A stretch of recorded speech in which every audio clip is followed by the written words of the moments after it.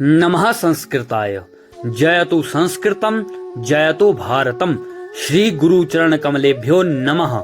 आज हम श्रीमद् भगवत गीता के प्रथम अध्याय के सार की चर्चा करेंगे, जो इस प्रकार है।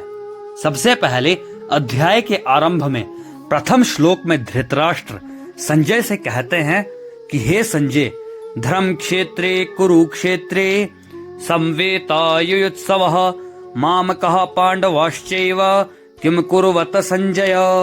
अर्थात हे संजय, धर्म भूमि कुरुक्षेत्र में युद्ध की इच्छा से एकत्रित हुए मेरे और पांडु के पुत्रों ने क्या किया। जिसका उत्तर देते हुए संजय कहते हैं कि पांडवों की विशालकाय सेना को देखकर आपका पुत्र दुर्योधन आचार्य द्रोण के पास जाकर उन्हें पांडव सेना को दिखाता है और कहता है कि हे आचार्य, पांडवों की इस विशालकाय सेना को देखिए, जो आपके शिष्य द्रुपद के पुत्र धृष्टद्युम्न द्वारा व्यवस्थित की गई है, और इस सेना में भीम और अर्जुन के समान युद्ध करने में कुशल अनेक महारथियों को देखिए। तत्पश्चात दुर्योधन अपनी सेना के महारथियों की जानकारी भी आचार्य द्रोण को देता है। तत्पश्चात कहता है कि पांडवों की इस सीमित सेना को देखिए, जिसका बल भी सीमित है, और हमारी असीमित सेना को देखिए, जो बल में भी असीमित है। फिर कहता है कि हम सबका यह कर्तव्य है कि हमें भीष्म पितामह की सभी ओर से रक्षा करनी चाहिए, क्योंकि वह हमारी सेना के सबसे वयोवृद्ध और अनुभवी योद्धा हैं।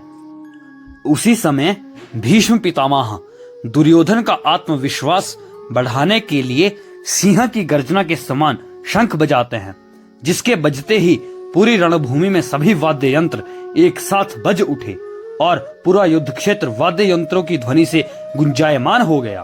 तत्पश्चात 4 श्वेत अश्वों वाले रथ पर आरूढ़ हुए भगवान कृष्ण और अर्जुन ने भी शंख बजाए, और पांडव सेना के सभी महारथियों ने अपने अपने दिव्य शंख बजाए, जिसकी ध्वनि ने कौरव सेना के योद्धाओं के हृदय विदीर्ण कर दिए। तत्पश्चात कपिध्वज वाले रथ पर सवार अर्जुन अपना धनुष बाण उठाकर युद्ध करने के लिए खड़ा हुआ और भगवान कृष्ण से कहा कि हे अच्युत, मेरे इस रथ को दोनों सेनाओं के मध्य में ले चलो, जिससे कि मैं उन सभी योद्धाओं का निरीक्षण कर सकूं जिनके साथ मुझे युद्ध करना है। इस प्रकार अर्जुन के कहने पर भगवान कृष्ण ने रथ को दोनों सेनाओं के मध्य में खड़ा कर दिया। उसके पश्चात भगवान ने कहा कि हे पार्थ, इन सभी कौरव योद्धाओं को देखो।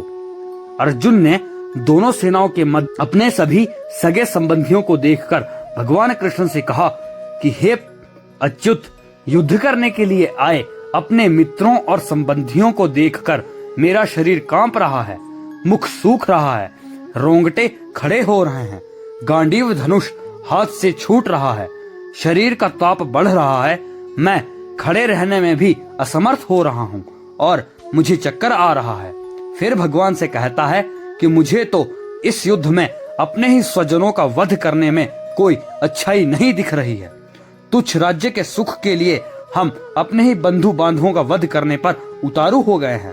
इनका वध करने से अगर मुझे तीनों लोकों का राज्य भी मिलता तो भी मैं इनका वध नहीं करता, तो इस तुच्छ राज्य के लिए तो इनका वध क्यों ही करूंगा, क्योंकि हे जनार्दन, अगर मैं ऐसा करूंगा तो कुल का नाश हो जाएगा, और कुल का नाश होने पर धर्म परंपराएं नष्ट हो जाती हैं, जिसके नष्ट होने पर कुल के शेष बचे लोग अधर्म में प्रवृत्त हो जाते हैं, जिसके कारण कुल की स्त्रियां दूषित हो जाती हैं और अवांछित संतानें उत्पन्न होती हैं, और वह अवांछित संतानें श्राद्ध तर्पण पिंड आदि क्रियाएं न करने के कारण कुल के पितर नरक में चले जाते हैं, जिससे कि पूरा कुल नष्ट हो जाता है।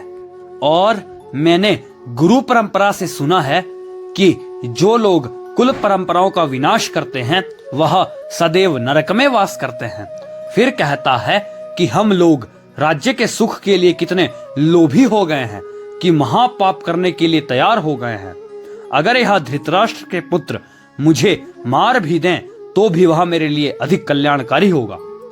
और फिर अंतिम श्लोक में संजय धृतराष्ट्र को बताते हैं कि इस प्रकार करुणा से भरकर अर्जुन अपना धनुष बाण छोड़कर रथ पर बैठ गया। इस प्रकार अर्जुन विषाद योग नामक प्रथम अध्याय का सार पूर्ण होता है। अब हम इस अध्याय के तात्विक अर्थ की चर्चा करते हैं, जो है यह अध्याय मनुष्य के कर्तव्य और भावनाओं के संघर्ष का प्रतीक है।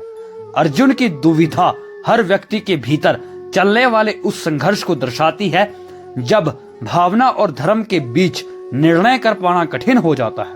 भगवान कृष्ण का उपदेश आगे के अध्यायों में इस संकट का समाधान प्रस्तुत करता है कि सच्चा धर्म आत्मज्ञान और निस्वार्थ कर्म में ही है। ओम तत्सदिति श्रीमद् भगवत गीता उपनिषत्सु ब्रह्म विद्यायां योग शास्त्रे श्री कृष्णार्जुन संवादे अर्जुन विषाद योगो नाम प्रथमोऽध्यायः। हरि ओम तत्सत्। आशा करता हूं आपने इस अध्याय के माध्यम से अपने जीवन में बहुत कुछ धारण किया होगा और बहुत कुछ जाना होगा। धन्यवाद।